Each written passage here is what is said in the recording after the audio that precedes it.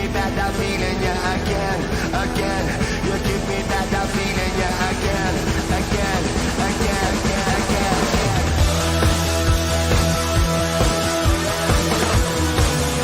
I wonder just to shout it out.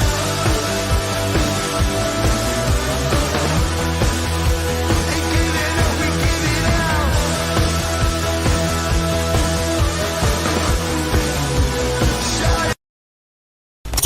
Sharing your stories and playing your songs on Graham's JFDI Show. Good evening. It's Thursday night. It's 8 p.m. and the JFDI Show's back with a series of Wim Hof instructors, friends, colleagues of mine that I've met in the last few years, and I'm really excited to get going with this because we're starting off in Scotland. We've got a few, and then we're going to go a little bit further afield. And as always, I ask the people on here who I've met, who have perhaps some kind of rapport or got some kind of interest. Tonight's guest, we couldn't be starting off any better for you. Fellow Scotsman, Scottish Wim Hof instructor, also a digital creator, and the co-founder of the Oxygen Experience, the future of well-being. Now, if you're not interested in that, just turn off now. That excites me, and I know a little bit about the background, but let's bring in the man himself, and we will give him the full JFDI treatment. Please say a big hello and a big warm welcome to Mr. Grant Samson. Hello, mate. Hello, mate. How are you? I am very well, thank you. Thanks for coming on. Yeah, thank you for that introduction. That was quite some introduction. It's probably the first time I've had an introduction like that. Appreciate that. Well deserved. Yeah. The Oxygen Experience, the future of well-being. I remember speaking to you before I had seen it, but I have experienced it for myself. But we'll pin it. We'll put a pin it and we'll come on to it later. Because we're all about the music on this show. We ask 4 or 5 for anyone that's watching for the first time this evening. I bring guests on. I ask them before they've come on to choose 4 or 5 songs that have had some kind of impact on their life, and I've got Grant's 5 songs right here. So should we just kick straight off? How are you feeling? I'm good, actually. I'm excited, but also a bit of trepidation as well. A bit of nerves coming on and getting out of my comfort zone, especially on this format where I don't know how this is going to go. So, well, do you know what? I was having a chat earlier on today, and I had said I was a little bit nervous, but then I looked at it a little bit differently, and I thought, no, we've done over 75 of these.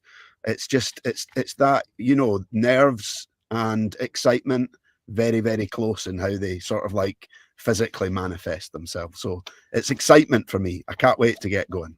So yeah, it's definitely exciting as well, mate. Usually when we're doing podcasts about the Oxygen Experience, it's both of us, Reese and I. So to come on here now, like alone as such, under the spotlight, because I've got my light on in the background here, I feel like I'm on stage here.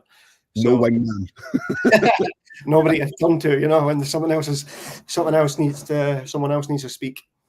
Well, listen, I'll let you go with your first song. So we're talking about it just a little bit backstage beforehand, a little bit maybe sort of generational, and we've got them in order, which is kind of nice. And sometimes it works where we go back and forward in time, and that's absolutely cool.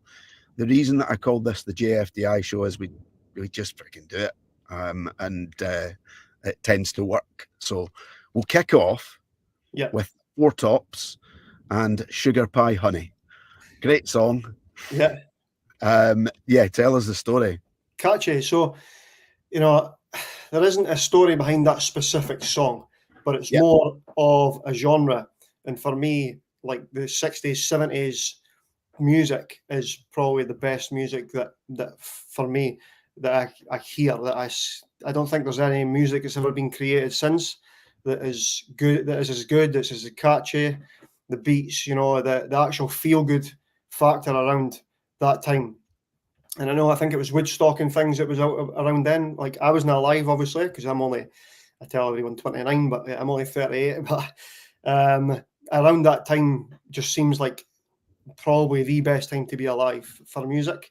And I always said when I was growing up, even I used to listen to this music when I was younger, that I wish I was 30 in the 60s and 70s.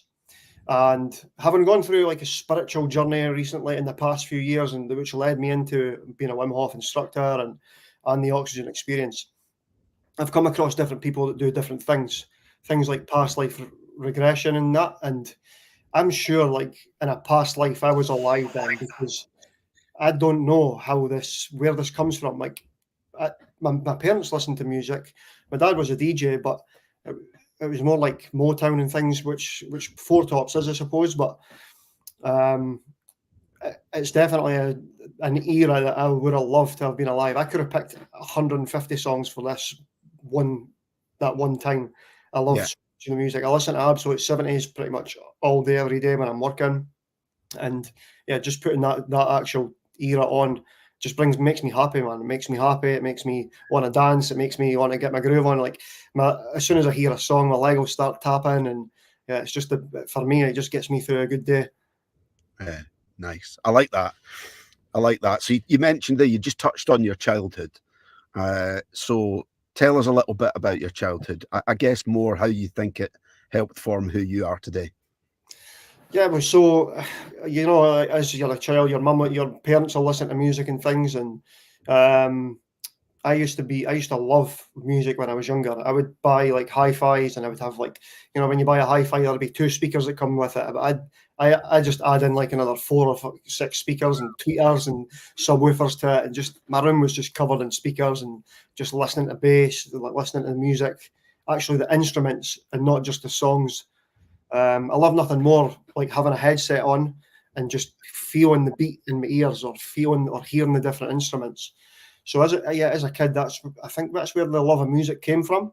Yeah, just being like immersed in it, and that just my parents listen to certain songs, but I don't think, as I'm saying, I don't think they listen to that much 70s music or 60s music. That's where I got the love for them. I genuinely feel now, having gone through the spiritual thing, that I was alive then somehow, and it's just followed me through into this life. And it sounds woo-woo and things, but it's definitely there's no way that not at all. You talked about feeling. You talked about feeling the music and hearing the instruments. Talk a little bit about that, because some people will come on here and they'll talk about a story that's attached to a song. This is what I love about it. Some people are genuine music fans, can tell music has obviously played a big part in your life from a very young age. So tell me about how you would feel in that moment, like from like right back in the day, listening to the instruments and kind of like feeling the beat. I was always like intrigued by how certain speakers and certain things made the noises. Like, you get tweeters, or you'd get a subwoofer, or you'd get you would hear the bass from a certain type of speaker. So that feeling for me, like the feeling of bass, is probably one of my favorite. When you feel the bass, you can actually resonate in your heart. You could feel it, and any like catchy tune that's got bass to it, it just instantly brings a smile to my face. And that's why Four Tops is in there, because you could put that on and instantly I've got that tune going away, and I'm off with it. And then they're good singers as well, and it's actually quite a good story what the song's about the love for each partner and things. So the music, like, for me doesn't have to be, but I can listen to pretty much any genre, and I pretty much do, because I have YouTube Music. It picks up the algorithm. Sometimes I just switch genres, because I will pick Four Tops, and then it'll play all of that type of music, and I'm loving it. Then I'll pick like one of the other songs, and then it'll play like dance music, and then I don't stick to one genre all the time, especially with YouTube Music, because you can do that. You can just literally pick a genre and away it goes. You only need to pick one song, and then it's off on its own little thing, and you're like, wow, I've never heard that song for a while. That's amazing. So as I say, Four Tops, honestly, there could have been 100 songs from that era that I picked. The reason I've started with it back the way is because that is my favourite era. Before I go through the music, I still love them all, but there's different meanings behind the rest of the songs. Yeah, brilliant. Okay, so one question about your childhood. Again, just kind of keeping it around that time as well. So a specific part in your childhood, and there's a reason that I've chosen this age. I've asked this with different ages, but I've been listening to an album that there's a song called "Letter to Myself," and it's about the song is about the singer who's written the song writing a letter to his 12-year-old self. So my question to you, Grant, is what advice would you give today, based on all the knowledge, experience, insights that you've gained? What advice would you give to 12-year-old Grant? I would say two things, yeah? Yes. So one would be listen to your elders. Right? It's pretty simple. But if we were able to learn quicker through the experiences of others, we'd probably be in a better situation. But you know what it's like when you're 12, 15, 18, 20, you're like, I know better. So that one's pretty straightforward. It's listen to your elders. But it would also be that not to give up on your dreams. I think it's easy. Now, here's the contradiction. It's easy to be put off of your dreams because your elders feel like there's another path for you. You know, as kids, we're always taught, like, do you want to be a spaceman? You could be anything you want.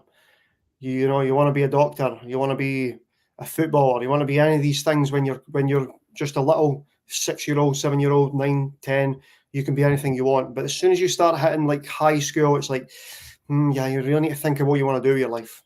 I want to be a footballer. But you're not really, you know, that's when the doubts start to creep in from your elders, not in your own mind, because you've always been told that you can do what you want and be what you want. But as soon as you hit that high school age, it's like you really need to think about what you want to do with your life. And for me, that's not an age that you should be thinking about what you want to do with your life. I've only just found my passion and my purpose at 35. Like, I've been through so many other things, so many shiny penny syndrome. You know, you see one thing, I think I want to do that. Oh, I want to do that. Yeah. At 35 is when I found my purpose. So definitely to listen to your elders is when it comes to experience, but also not to let anybody like put you off of what you want to do and what your dreams are. I love that. Brilliant. That's a great answer. And at this point, I would normally move on to song number 2, but you just ended that by saying it's taken you to the age of 35 to find your purpose. So what's your purpose?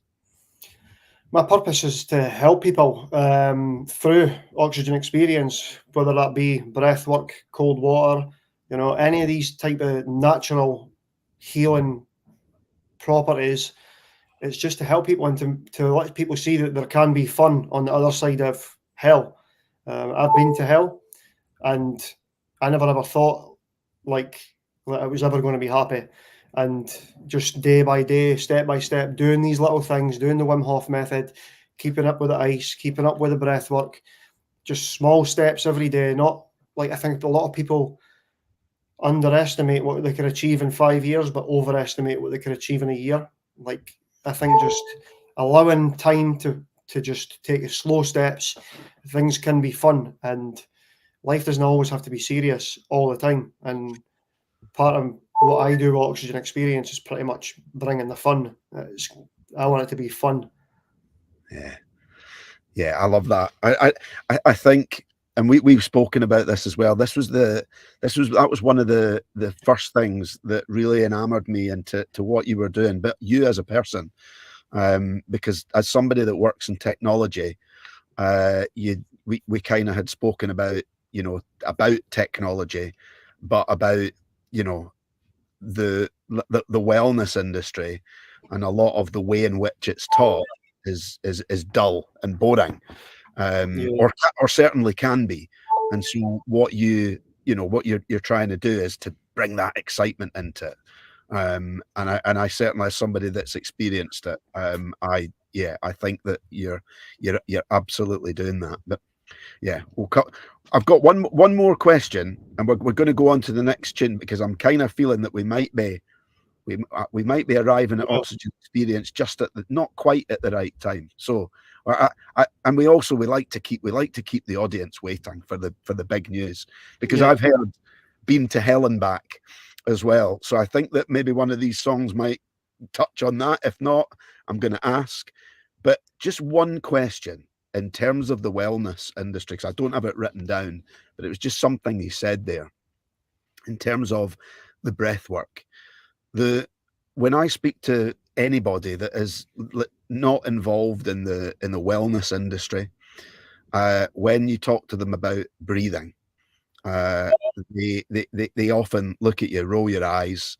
It's like, don't tell me to breathe. You know, so my question is this: why should people pay more attention to the way in which they breathe, and what benefits can be immediately gained from understanding more and practicing breath work? Yeah, it's simple. How you breathe regulates your nervous system, but how you breathe affects also your mind and in your sleep. If you are breathing incorrectly during the day, i.e. you have your mouth open, or you're breathing fast, hard and shallow into your chest, you're going to breathe like that when you're sleeping. And when you breathe like that when you're sleeping, it's going to give you some things like snoring. It's going to affect your sleep throughout the night. So getting your breathing correct throughout the day has a massive, massive impact on pretty much a lot of things in your life. Breathing is probably so difficult, because everyone thinks, like, because we do it all the time, we do it right. But just because we do it all the time doesn't mean we do it the correct way. How many people have actually been taught how to breathe? You just come out, well, you just grow up and you just breathe. But, you know, even I played football for so many years, and I was always told after, like, doing a session, like, hands on your the top of your head, breathe in, you know, but not knowing that that's completely opposite, because that's feeding your heart rate. It's increasing your heart rate by doing that. Whereas when you're gasping for breath, you want to slow your heart rate down. You want to slow your breathing down. In turn, that'll help you breathe better. It'll get your heart rate under control, and it'll get you ready for going again. But it's so many walks of life we've never actually been taught how to breathe, and in certain situations what way you should breathe. Now, before coming on here, I was the same. I was like nervous. My heart rate was increasing, starting to think, right, what's going to be said here, what we're going to do. But I just, that's all in the mind, isn't it? So it's all in the monkey mind, and what's feeding that.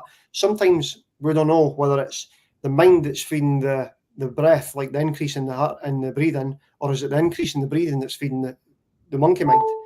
It can be both. So just shutting my mouth and breathing as slow as I possibly could, it's reducing the heart rate, reducing the blood flow, and it's slowing everything down. It's like, right, it's going to be cool, it's going to be fine. It's just your mind telling you that it's not. It's just your mind telling you you're not good enough, imposter syndrome, you know, shit's going to hit the fan, you're going to say something wrong. But that's all in the mind.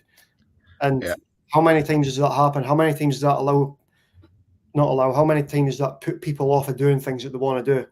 Oh yeah, quite a lot. Oh, yes. Absolutely.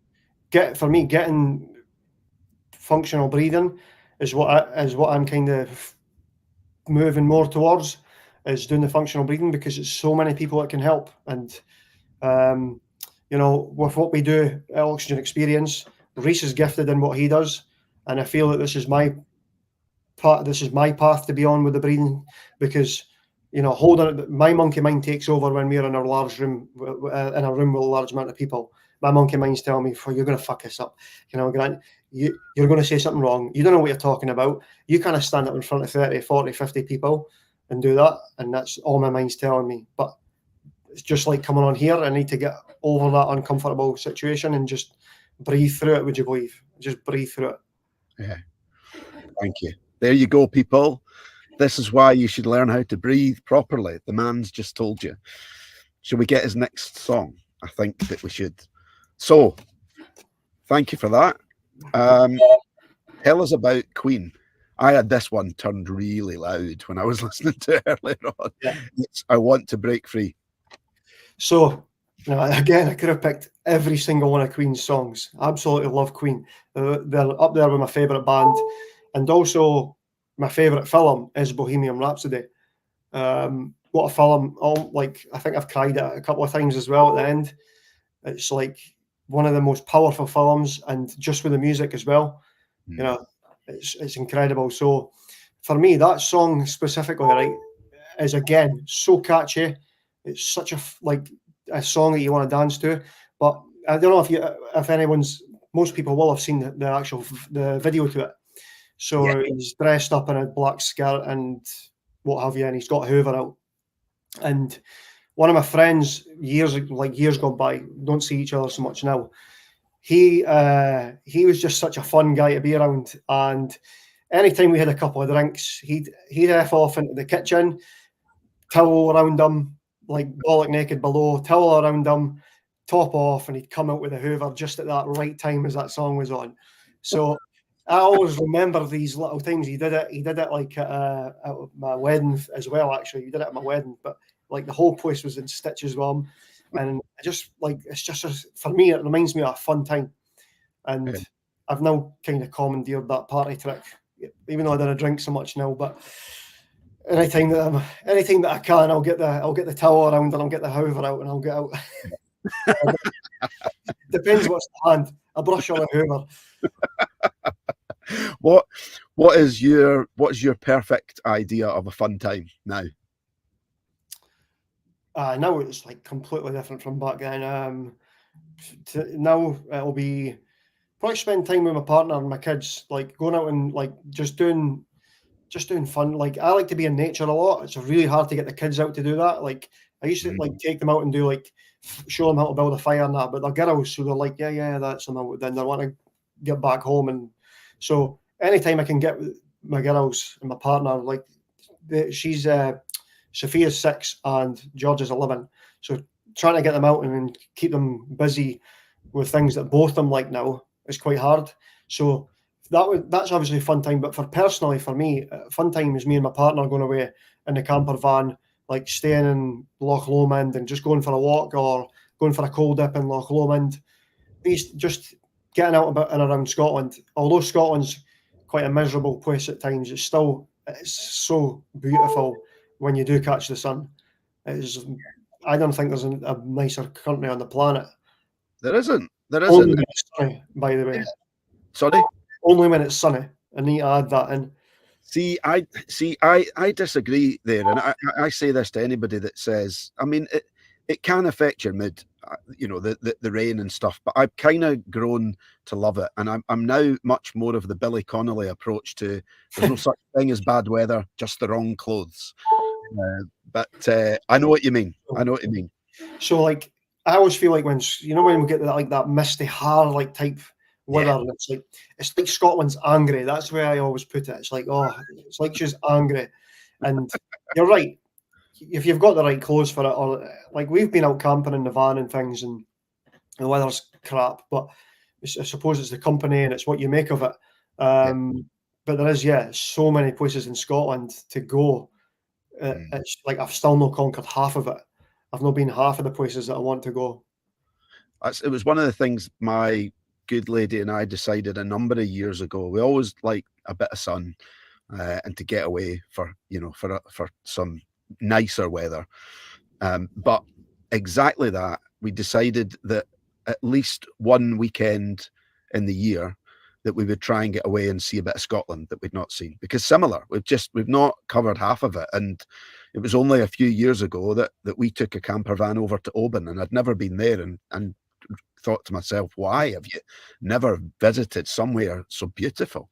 But you're right. So here's a question: does your partner indulge in the cold dips with you? 100%. That's That was a prerequisite for becoming a partner. So yeah, we do everything like that together. Yeah, so breath work, cold water. She actually helps out at the oxygen events and that as well now. She's pretty much part of the team there. Oh, nice. Always good because of what we do. It's good to have female energy there as well. Yeah. Some people need attention from female energy rather than masculine energy. So it's good to have that there. Yes, I understand that. In fact, one of the things at a recent reunion I was at just at the weekend there, I said to someone, some of the challenges that I've been facing personally in the last sort of like 6 months to a year have been significantly helped along the way by embracing and seeking more feminine energy. And I told that to a guy, and he responded with 2 words. One began with F, and the second one began with off. And that tells you, I think, everything you need to know, right? Yeah. So I'm the opposite, mate. I'm surrounded by 2 girls, a partner, a mother, and I kind of get away from the female energies. But I think with my history and my past, the things that happened in not so like recent past, that I think I needed that type of energy in my life, because I spent 35 years of my life purely in masculine energy, where I grew up in an era where you just man up. You know, as things happen in your life, you just get on with it, and then you shovel. And now I know how the nervous system works, and I know about stress, and I know about acute stress and things now, that all I was ever doing was just shoving the shit under the rug for 35 years, just under the rug, and eventually that rug was so big I couldn't get over it anymore. So I needed that feminine energy. Okay. So tell us about what that looked. I mean, you'd mentioned about being to hell, and this resonates with me about stuff being shoved under the rug, but you can only do that so much. You start to trip over the rug. So was there one thing in particular, or just like you say, an accumulation of things that kind of changed? There was 2 things basically. So I had a construction company that had pretty much 9 years of really good business, successful. We won a lot of awards for the projects that we did. And then just prior to COVID, I had, of that 9 years, I didn't really want to be there for half of it. I knew that it wasn't my purpose. I knew that it wasn't what I wanted to do in my life. It just so happened that I was really, really good at joinery, but it wasn't the thing I wanted to do. And I created a really good business out of it, but it was really stressful business, dealing with tradesmen, dealing with clients, architects, engineers and things, all of that. I just didn't think I was I don't think my soul or my mind was made for that industry. It was just cutthroat industry. Everyone was just there to basically get one over each other, or there is no teamwork in that industry in my eyes. And from what I've seen, there is successful companies out there. I just struggle to make it successful. And it hit the COVID period, and we went from 5 guys to 15 guys literally overnight, project after project coming in, because we had a good reputation up to that point. It was more like everyone's wanting work done, they were coming to me with it, and it just became too much for me. We ended up getting a lot of debt, a lot of issues with projects, and then it just came crumbling down. And it's funny because this is how I found the Wim Hof method, or Wim Hof, I should say. So I was just going around in circles for a couple of years with finances and stress, and I was getting so much issues with stress. I was having heart palpitations. My head was just continuously in pain right around here at all times, and I could not ever relieve it. And it was basically just through worry. They say if you worry about things in the future, it's anxiety, and if you're worrying about things in the past, it's depression. And I was both. I was worrying about things that have happened, and I was continually worrying about things that might not even happen. I was making them up in my head, and it was getting me to the point where I was so ill with it that and then my relationship with my ex-wife now was just deteriorating. And I went out one day. I went out with my daughter and we went to the beach, and it was peeing or rain. It was just I need to get out in the air, walking along a beach. And I'd heard of Wim Hof at the time, and I was I'm going to give it a try. And I just went in the sea, went in the sea, and I was telling everyone this, like, obviously, you know yourself, you only need a couple of minutes, but in 30 seconds, I had no problems. I had nothing. They were all gone. No issues, no worry, no headache, no nothing. I came out and I was like, this is the best I've felt in my entire life. And then I just started the research, moving into like, how did I feel like this? Started finding out more about it. Then I've read the Wim Hof book, started doing the breath work on a very regular basis. So me and an old friend, we were going like 4:30, 5 in the morning, sitting in the car doing breath work, going in the beach every morning. And I did that. And as you know, like with the cold, it builds up resilience. So that led to the changes in my life, because I always tell people that I was making the easy decisions in my life. I was making all the easy decisions by not sacking people, by taking more projects on because I felt like I needed the money to pay the bills, and when I should have just been cutting all that off. So the easy decisions were making my life hard.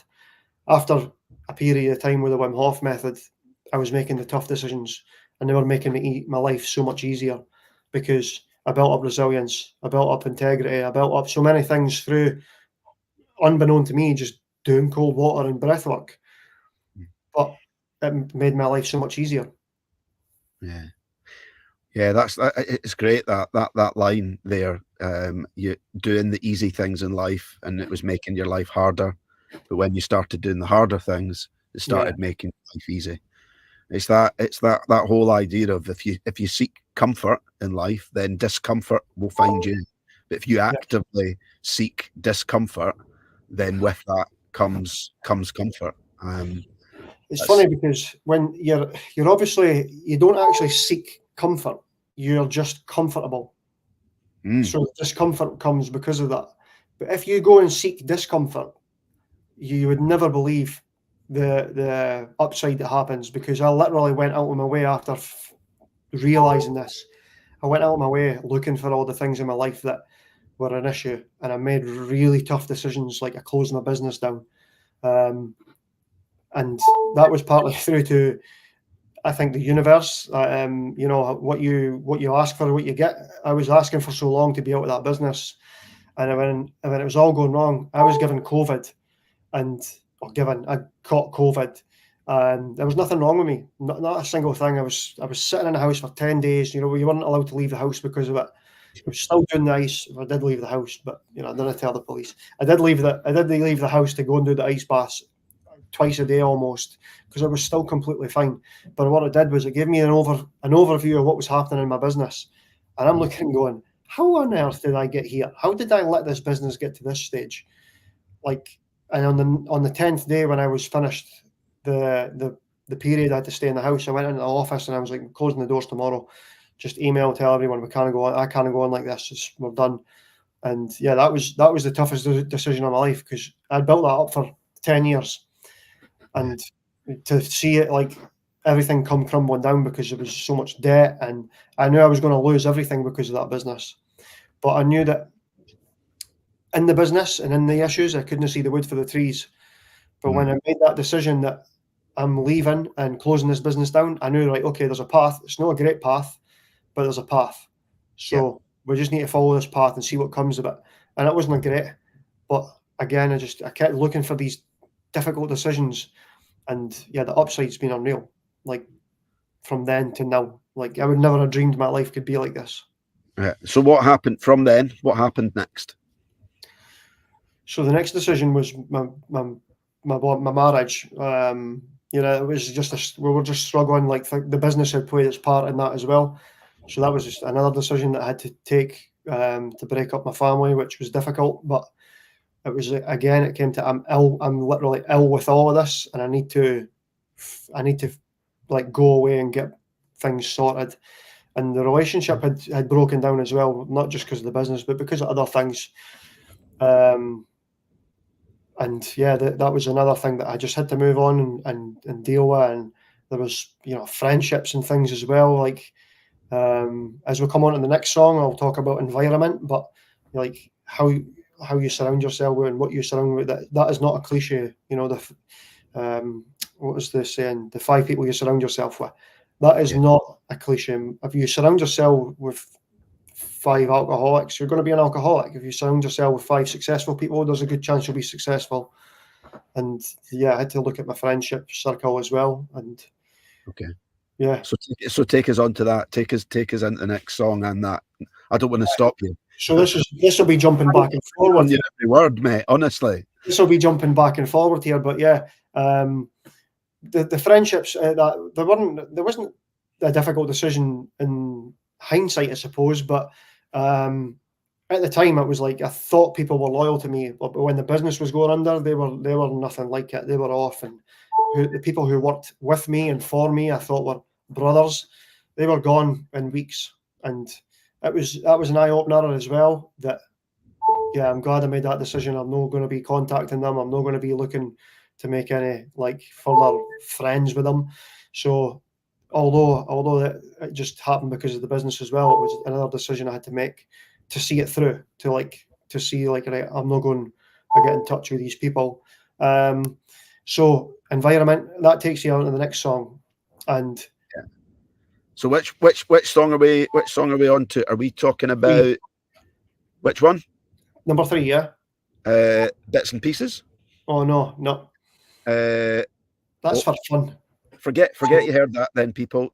You'll never walk alone. Bits and Pieces if you want. Let's do. Is it Jerry and the Pacemakers? Jerry and the Pacemakers, yeah. You'll never walk alone. So You'll Never Walk Alone, obviously, is more renowned for football than anything else, and that's pretty much where I got it from. I grew up supporting Celtic, and I went to a lot of matches when I was younger, but because of the environment of that, I was indulged like in all of it. Like it was everything to me. Traveling on the supporters buses, going to the matches, going abroad, everything. You know, I got Celtic tattoos. And then I kind of, because I was in that environment, I was then into the rebel nights. You're going to pubs and just listening to rebel music, all about Irish history and things. And obviously, I'm respectful of all the history and things, but because I'm from the East Coast, but supporting a team from the West in Glasgow, I never actually really understood it well. I just never I just didn't get wrap my head around why we'll just keep passing this down through generation, and I could probably get some stick for saying these things because I'm a Celtic fan, but it's just, for me, these things have happened 50 years ago, 60 years ago, and it's like, it's time, like, we kind of keep passing these things down over generation, and my environment was that. I was so immersed in singing IRA songs and F the Queen and all these things, and I'm like, then I started growing old. Why am I even singing these things? It makes no sense. Like, it doesn't make a difference to my life what happens or happened.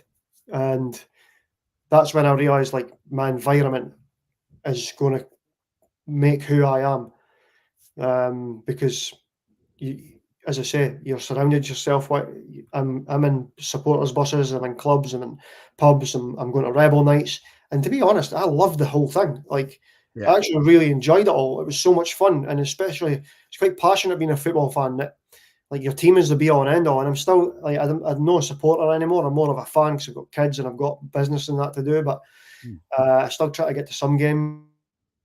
Passion is when I was like 19, 20-year-old. Like, it breaks my heart if they get beat, and I'm so elated if they win. But I go back there to the games now, and I still see, a 40, 50-year-old man with his son, and they're still saying the same things, they're still singing the same stuff. And I just feel like that's, how do they people ever break out of that? Because it's all I ever know. So that's why environment's important for people who want to be, who want to do something different with their life. It doesn't need to be successful, but they could be in a position in their life now that they don't want to be in, and they really need to look at their environment, because it's your environment that creates what your reality is. Yeah. Can you tell me about a time around, this time that really made you think about this? So 100%. I always remember it, and I say it to people all the time. So I used to have a season ticket, and then I had kids and things, so the season ticket kind of dwindled, and then that was like, I was going sporadically to games, So I would still listen to like the songs and that before it, and then that started to wane as well, where I'm thinking like these songs are just like, no, they're not really what I want to be listening to, or my kids listening to. So I took my daughter to a game, and they were singing like F the Queen, and they were singing a lot of things like as part of the songs, and a lot of people that are singing it don't really even realise they're singing it. It's just part of the song. And my daughter's asking me about it, and I'm like, how the hell do I explain that to my daughter? Like, how do I actually explain why they're singing FTQ or why they're singing such things? And I just didn't really want to be put in that position when she was older, because at the time she was 7 or 8, and I'm like, I don't really want to be explaining to her that. So yeah, that was a pivotal moment. But there was also another when I went on my own, well, not on my own, but I went at night to a Champions League game, and again I wasn't in a seat that would usually be in. I was, because I didn't have a season ticket, and I sat, and there was an adult and his wife's son, and his son must have been about 10 or 11-year-old, and he's shouting to the referee, you effing orange this or you effing orange that, and then the young lad's getting up like, and he's doing the same, and I'm thinking, right, that's why it gets passed down. Yeah. Now that was a long time ago. That 11-year-old might be 20 by now, and he's, it's not be long, and he's going to be doing the same. Yeah, passing it on to his son. So environment for me, but that song is a favourite song of mine because there is no rubbish in that song. It's a pure song. Yeah. And it's just been attached to a football team, and that's why I love that song, because you can't really add anything to that song that's going to be maybe construed as sectarian or bigotry or things like that. Nothing. That song is so pure that I have heard it sung by an Everton fan, and that tells you everything that you need to know about that. When it's when Liverpool kind of claimed it, Celtic kind of have as well. Yeah. But when you've heard an Everton fan singing that song, you kind of know that it's just love, really, isn't it? It's just full of love. Yeah, definitely. But I doubt there's a chance you're going to hear any Rangers songs singing it. Rangers fans singing it. Unfortunately, no, I don't think so. So it's funny because I still have the rivalry as such, but it doesn't really grind my gears anymore. Like I go up, one of my good friends is a Rangers fan, and we've not seen each other for a while, but I used to go to his every derby day. And it helped that we were dominant throughout that time. But I used to go to his every derby day and watch it in his back garden. And it used to be fun, man. I used to get nervous as anything, thinking, oh, man, if we get beat, he's going to give me it stinking for weeks. Yeah. But that was just, that for me now was part of being a football fan. The hatred and things, and I completely understand why it's there from both teams or every team in the world. Yeah. But yeah, it's just not really something I want to live with in my life. And that's kind of why. So you've taken the decision to move on from your marriage at the time. You've completely cleansed or taken yourself out. Let's use a slightly different language there, because some people won't see that as cleansing at all. They see it as like, well, you're lost. However, let's just say you took yourself out of that environment. So at this point in time, you don't have the friends that you used to have around you. They are no longer part of your life. Your wife is no longer part of your life. How are you feeling back then when all this is going on? Lost. Yeah, completely lost, and pretty much afraid. Yeah. At the time, because at the time I'd lost my business. I'd lost the building that I'd owned to have that business in. So I lost my place of work, and obviously I'd lost my job because that was my job. And yeah, I met some nice people on that journey after that kind of changed a lot of things in my life and made me see that there is good people, but also keeping that environment or your friend circle small can be really helpful. It was funny because when the business went down, there was an old friend that we had kind of fell out over business a few years prior to that. Yeah. And he was the first one to message me and say, well, I'm really sorry to hear about your business, because you know how much it meant to me. If you're needing anything, you just come and see me. So I kind of thought, well, he put an olive branch to me, so I'll go and see him. And I went and seen him. And since then we've been like best mates since that day. And I took a lot of guidance from him. It's weird.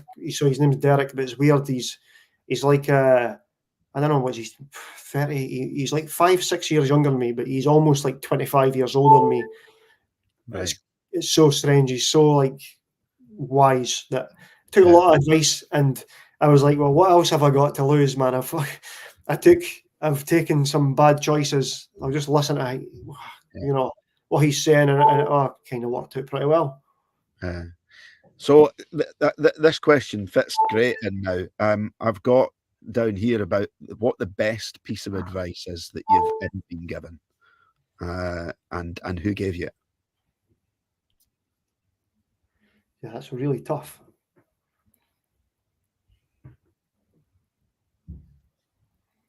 I'm thinking it's surely got to come from him. Yeah, I'm thinking that like the amount of things that he walked me through. You know what? That has probably come from him. It just came right to mind there.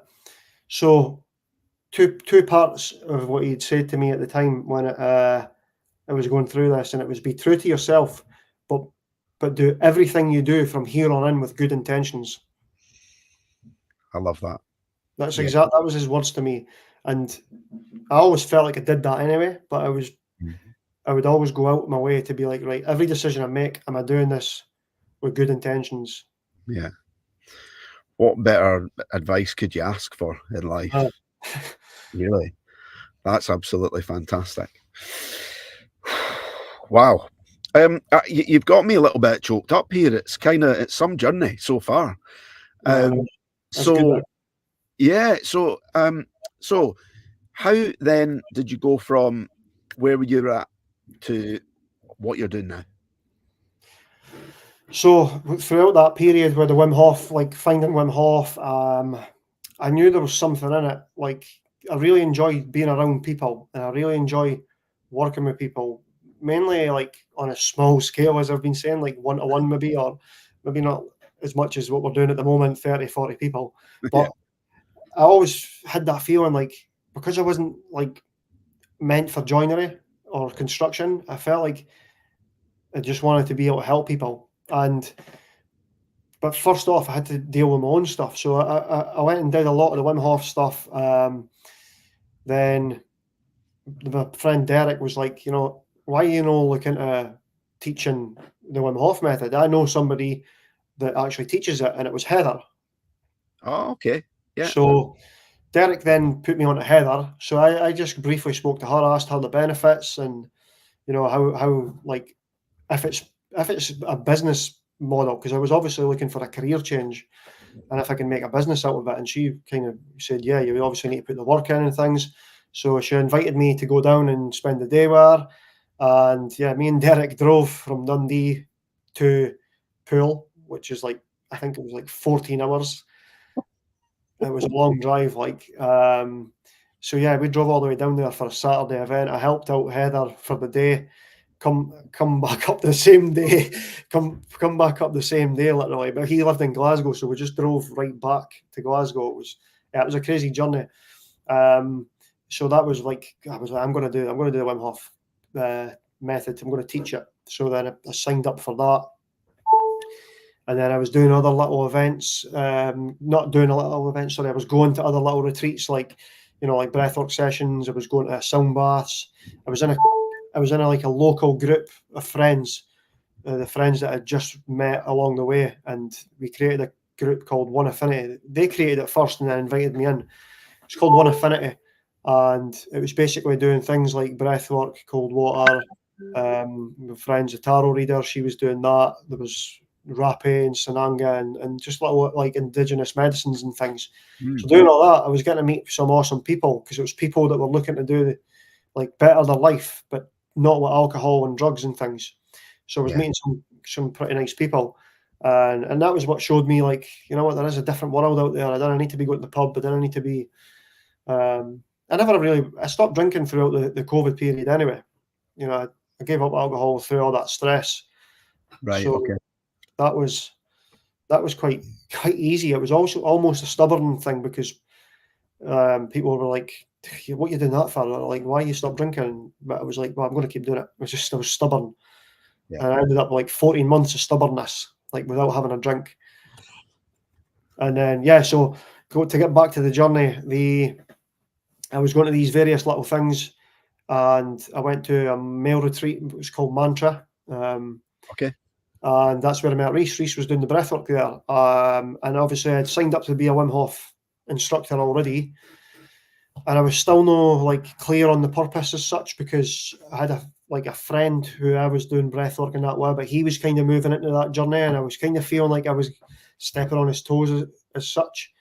So there was part of me that was like, nah, I'm not going to do it. Yeah, I want to do it, but I don't want to step on his toes. And then I did the breathwork with Reese, and literally I had a breakthrough and a breakdown at the same time, where I hadn't cried for so many, like 35 years. As I say, I was shoving the stuff under the rug, and like all the 35 years of like not crying came out once through Reese's breathwork. And through that breathwork as well is when I had that realization that, why am I not doing something because of somebody else? Like, I want to do breathwork, I want to do cold water, I want to be an instructor, so I'm going to fucking go for it. And then it literally came out of that session and says to Reese, can you teach me? Can you teach me that? So that's where me and Reese met. Brilliant. A couple of years ago now. Yeah. And you say that like all of that came out and you cried after having not for ages. What you know, what, why? Yeah, I guess why. Yeah, so I think the why is, it was just piling. I was just filling up that bag of stress and hurt and worry and trauma, as people say, like to call it, all the things that have happened in my life that I just manned up and got on with. Like, I just put the shit on my shoulders and I just kept plowing on through. That's exactly how I was brought up, because I never knew any different until I went to this male retreat where, like, the kind of explain the 4 male archetypes and how they're good. There's good and bad on each of them, and how you can use each of them to your advantage. And that was an amazing retreat I went to. But like I say, all the years of just being a man, like, because I was always told, like, you know, I played football and I got hurt so many times, and it's like, fucking get up, son, come on, man up, eh? And that's just the way that I thought life was. And your emotions, you do not show your emotions as a man. That is a big no-no.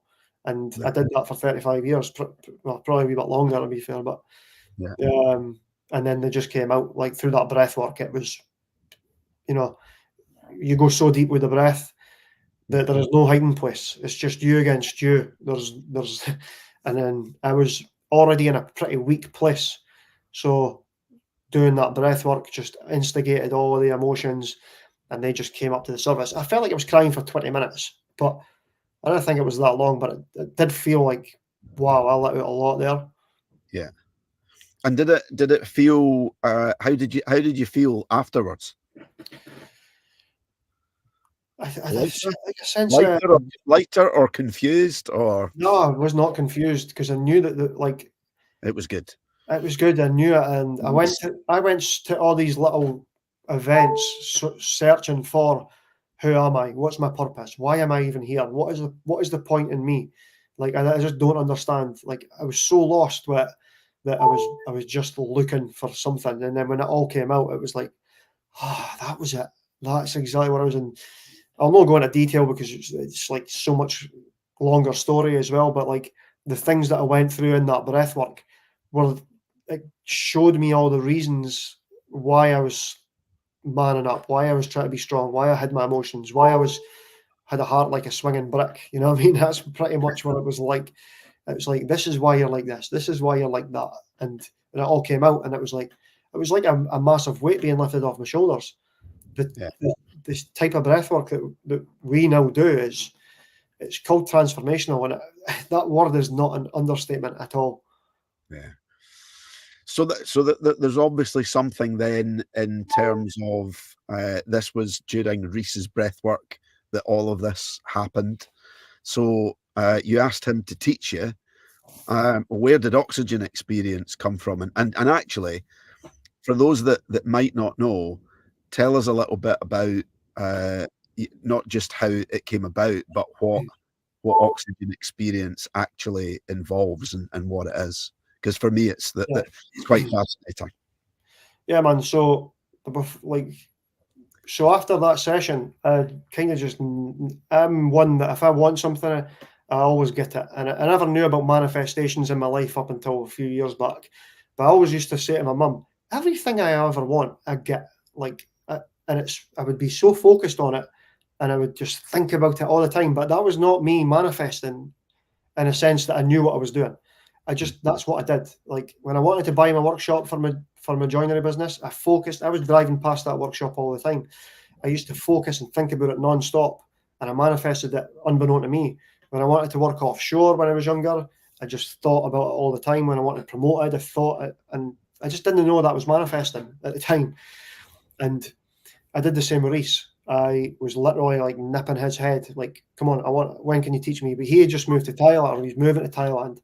So there was time it was drifting, and I'm like, Mick, when are you going to have this ready? When are you going to have this ready? And then eventually he came and he was like, right, I'll get started teaching and that. And not even a week into it, he was like, look, instead of me teaching you, why do you not come on board? And like, you can run things in Scotland while I'm in Thailand. And that was kind of why we got together. He obviously knew I was doing Wim Hof, but I think with the walk of life that we do, and in this wellness and breathwork industry, at that time, which bear in mind it was like a year and a half ago, there wasn't many people that do what we do. So for Reese, I think he was looking for someone of a similar like feel, a similar look to help grow, because he had already had Oxygen. It was called Oxygen then. So when we came together, I think we're quite both look far ahead into the future, and we're well aware that one, there's going to be a lot of breathwork instructors coming, and there's going to be a lot of competition, which is cool. There's enough out there for everybody, but we want it to be unique in certain ways, and we realize that we can't just do breathwork and have a business out of it. So like I'm mainly cold water. I love the cold water, and there's other things that we could add in. So we created like these events where we'll bring all these things together, give people like a taster, and that's why we call it an experience. So it's why we went with the name Oxygen Experience, because we want to provide an experience. We don't want to just get people in, and like there's so many videos online now, like people having these breakthroughs, but they're like screaming, they're crying, they're shaking like hell.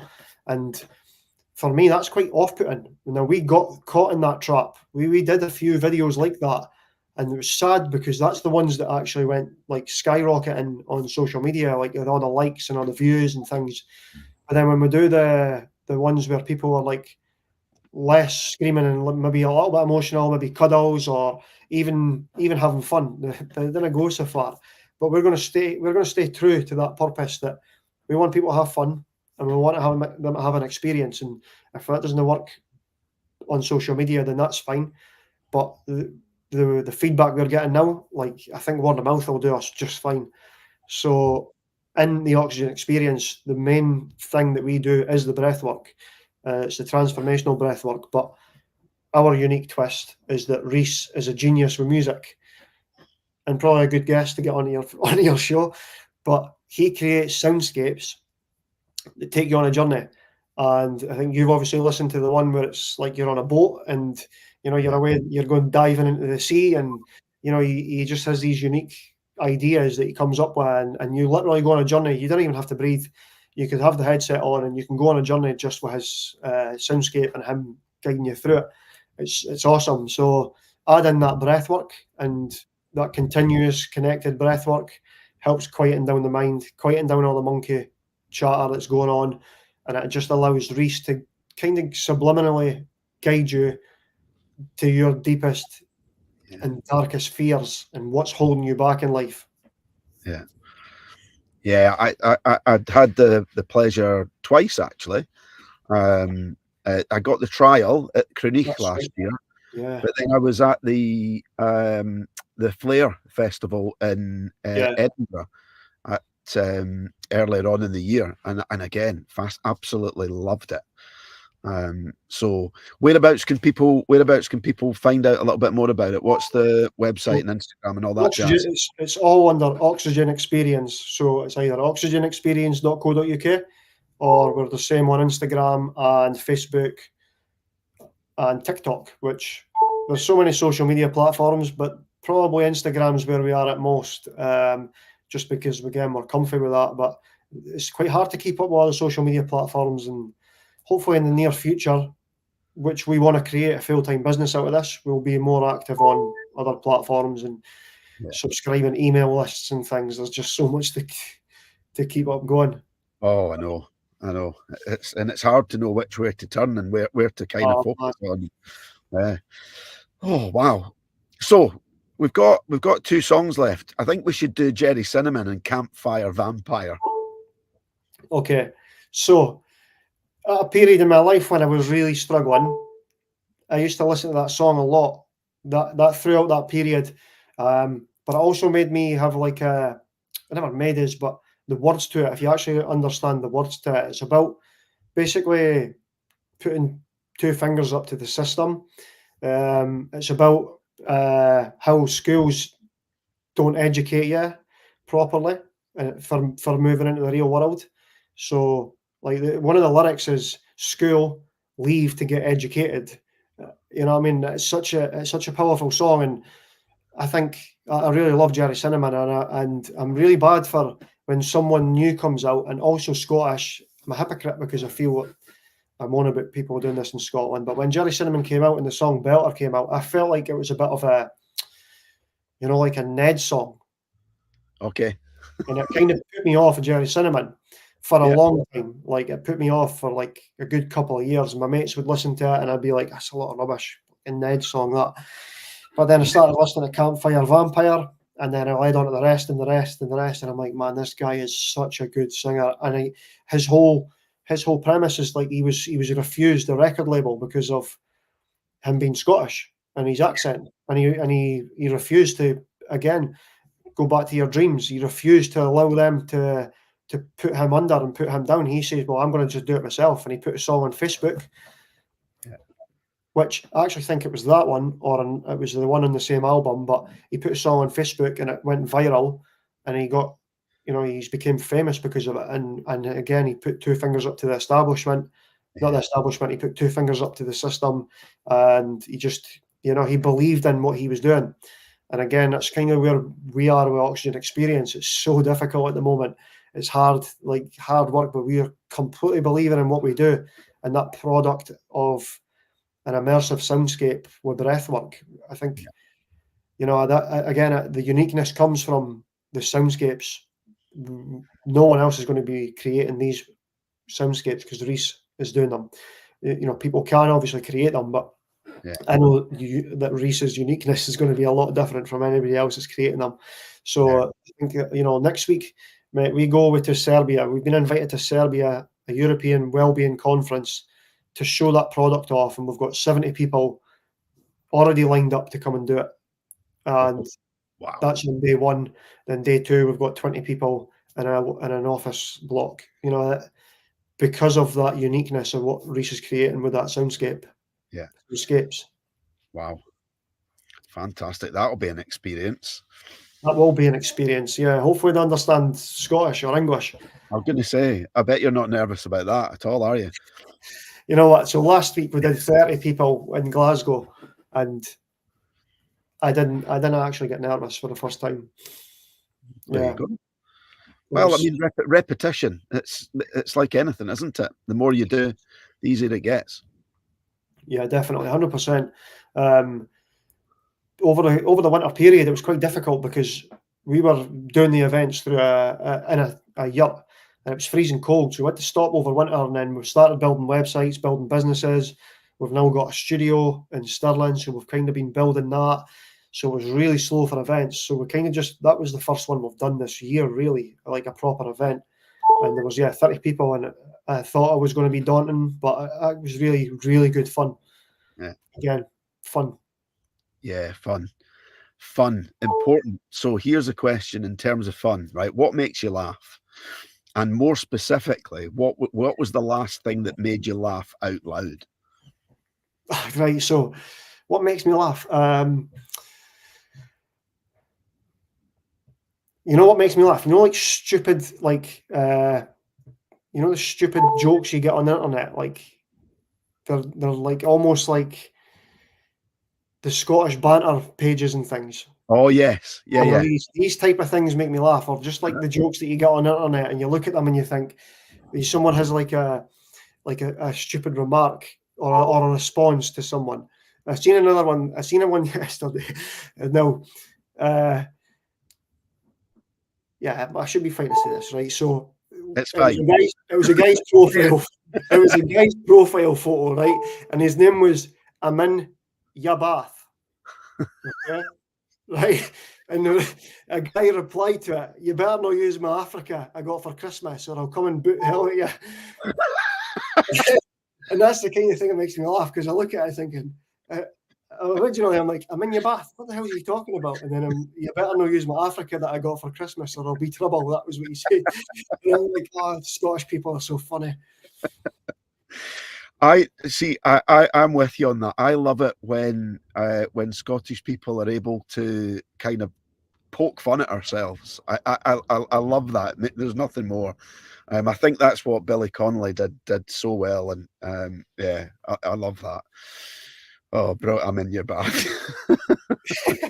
Yeah, that was just the guy's name. It was awesome, man. But I like, there's so many things, like I'll just, if you pull them up, I'm like, oh, that is so funny. And I will laugh out loud at them, man. But yeah. I think that's a good one. It's actually called Scottish Banter, isn't it? It's got Scottish like a little... Banter, what a page, man. You could just, if you go on TikTok, you can be on there for days scrolling that page. I know, very much a healthy distraction, but not for too long. I know. I try to stay off TikTok because it is a distraction. But I'll tell you one other one. You'll probably have seen it. The guy's trying to put a bank card into a railing. Have you seen that? No. He's obviously had too many drink and drugs or whatever. But he's standing at a railing and he's trying to put his bank card into the railing.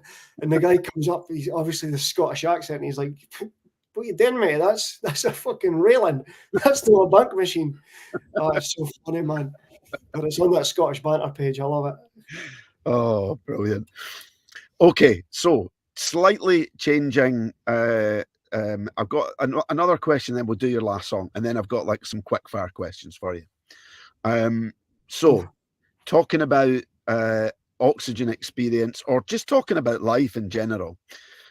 Kind of looking like whether or not it's looking forward or actually now.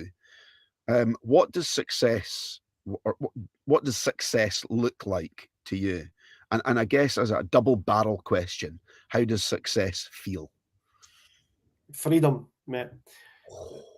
That's like easy for me now. I spent so many years of my life being tied up in a business that took up 7 days a week all the time. All I did was think and worry about it. But for me now, success on both parts looks like freedom. Like I would spend all day, every day working on oxygen.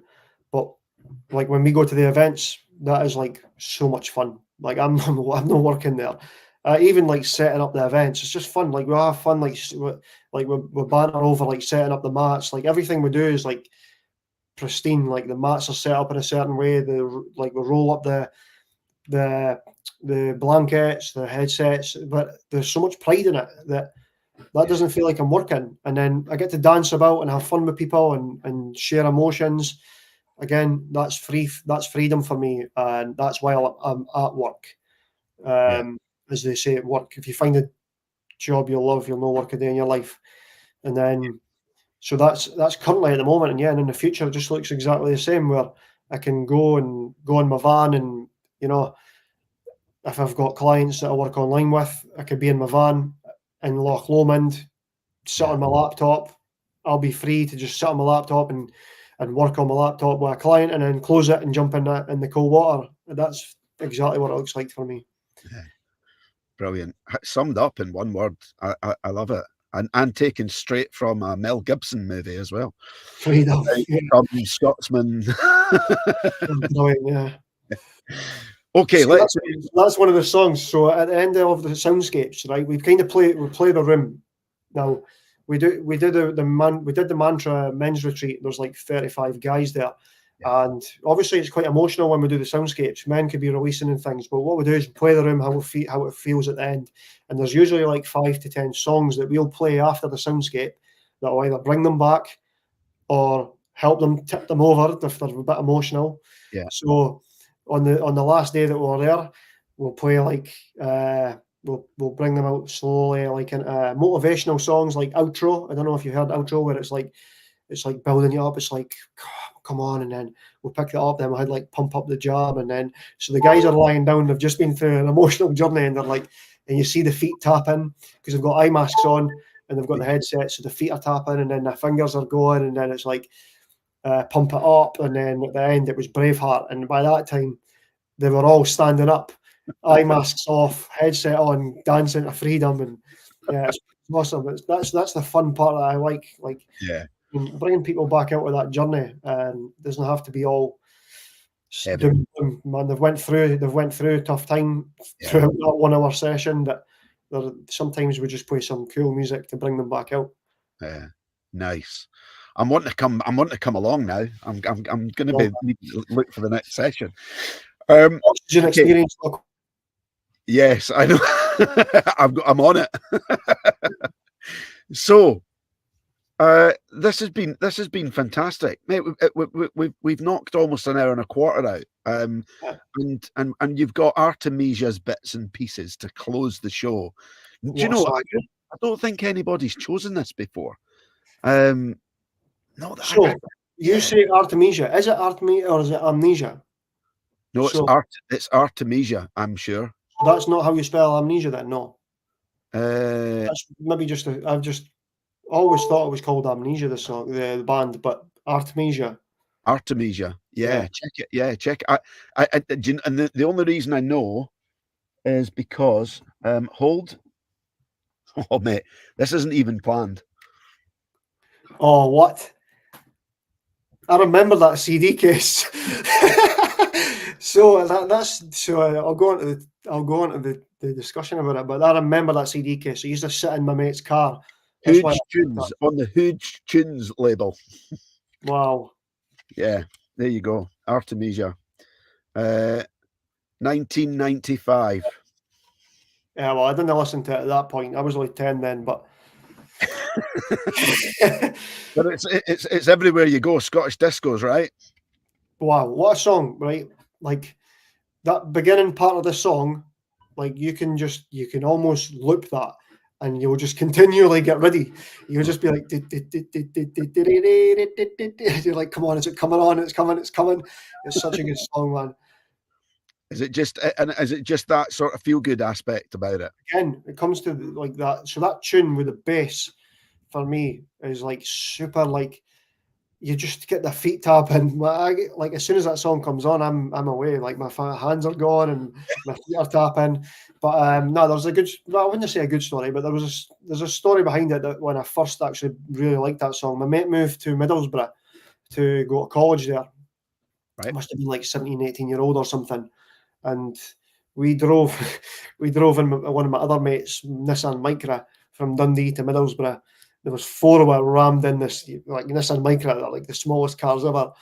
And he was driving and I was in the front, and I played that song on repeat pretty much the whole way there because I loved it that much. And my mates, when we got there, were raging. They're like, you can't put that song on again. And then when we got in his house, when we got in his student accommodation, I was like, mate, put this song on. This is like the best song ever. And they were like, I'm not listening to that again. Get that CD to give my. I just love that. That's a good memory for me. But yeah, that song, like I could put that song on anywhere, and I'm off. Like it's such a happy dance song. Dance is what I kind of grew up with as well. Like that was I grew up in the 90s, so dance was huge then. Yeah. So it's fun. It's fun for me. Like, but again, I could have picked another 100. I could have picked 100 songs. I've not even picked any songs for the present. That was just a lot of things that have happened in my life with the 5 songs.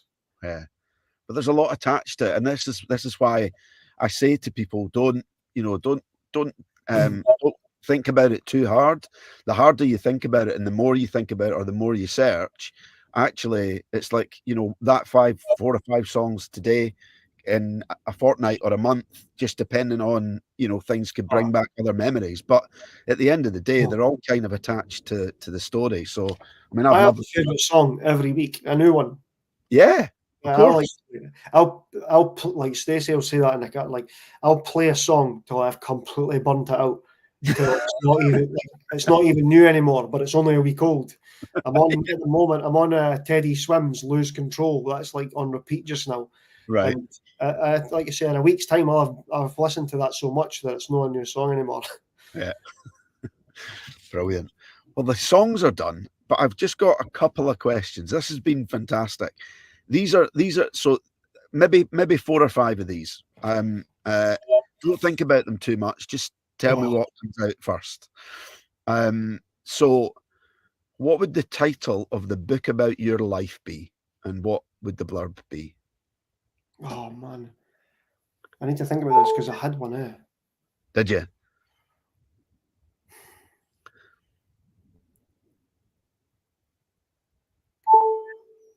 Yeah, man, that's really difficult now because I forgot what I did have. I've Right. actually, you know what? I wrote it on my Wim Hof description thing. I just can't remember what it is. Okay, put it. Well, we'll come back to it at the end, and if you can't remember, it doesn't matter. If you had £100 million, there you go, Grant. Right now, what do you spend it on? I invest every single penny of it into Oxygen experience. pretty much, into business, into something that's going to give me a return on that because it's so difficult. I want to have passive income where I'm not having to go out and actually work. Which so does everyone, I suppose, but the only way to do that is to invest. So if I was to have £100 million and invest it all into creating oxygen the way I want it to be. Lovely. That's what I call purpose, and that's what I call having a mission. That if you had all that money, you'd use it effectively to help as many people as you could, because that's what oxygen experience is all about, right? Respect. All right.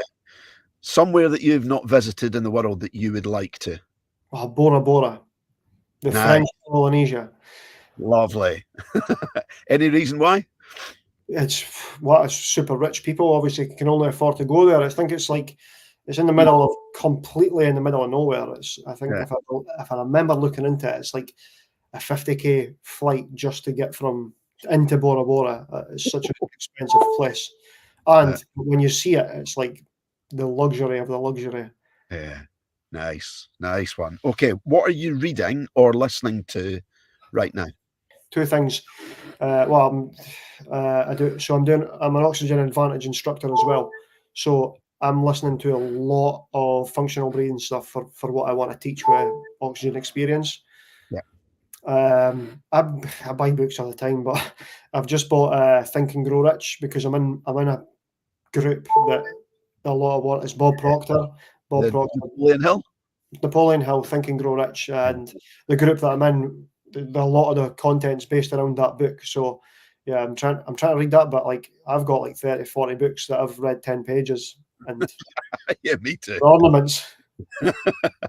I'm like I learn by watching or doing.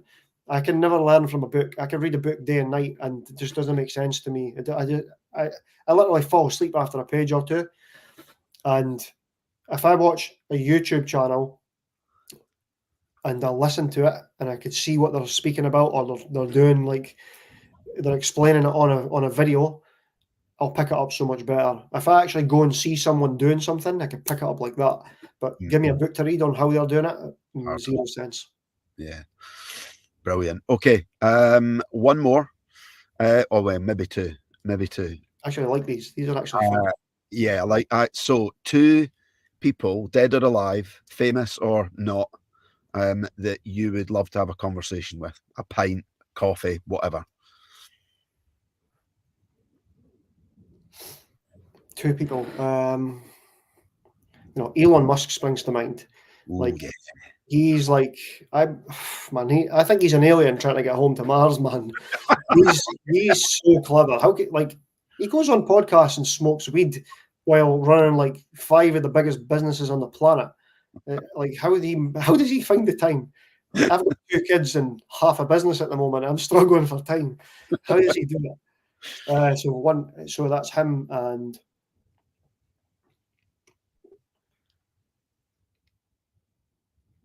you know, I would love to see, man, is Lionel Messi. Oh, Like, I absolutely love that guy so much, man. As a football fan, like, again, he's from another planet. I think there's nobody else that compares to him.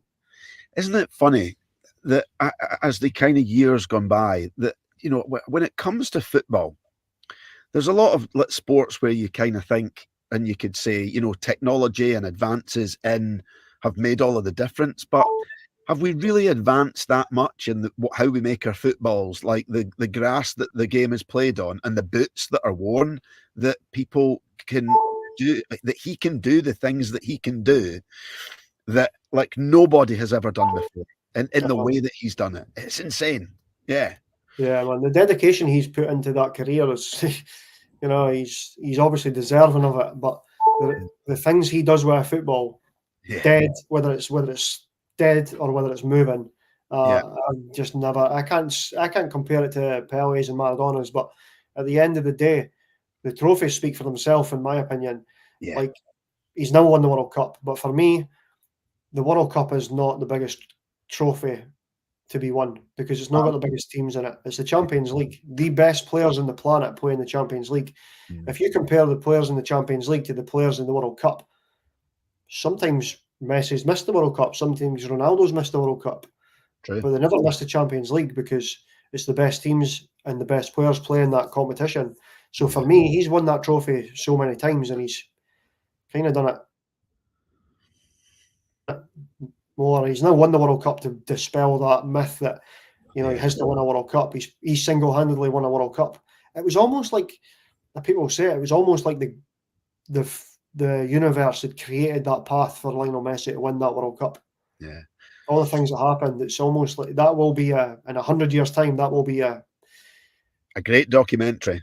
Will be unreal. Even now, it'll be a great documentary. Yeah. Okay. Final question. I ask everybody this question. It's the JFDI show. You have proved, and sometimes I've not asked this question, but I've decided now that it's back, I call it the JFDI show for a reason. So simply put, think of a time recently that you have JFDI. You've just done it. Something that you've, you know, for whatever reason, a recent one. And it can be a fun thing.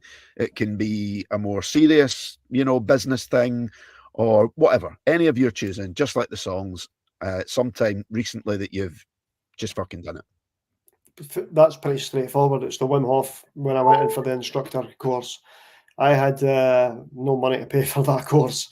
I had like shitting myself about like getting up in front and speaking in front of people. I knew that was all going to happen, and when I looked at the course, it was like 4 or 5K or something at the time. Yeah. So the whole thing plus going away to Spain, and I was like, literally, I'm just going to fucking do it.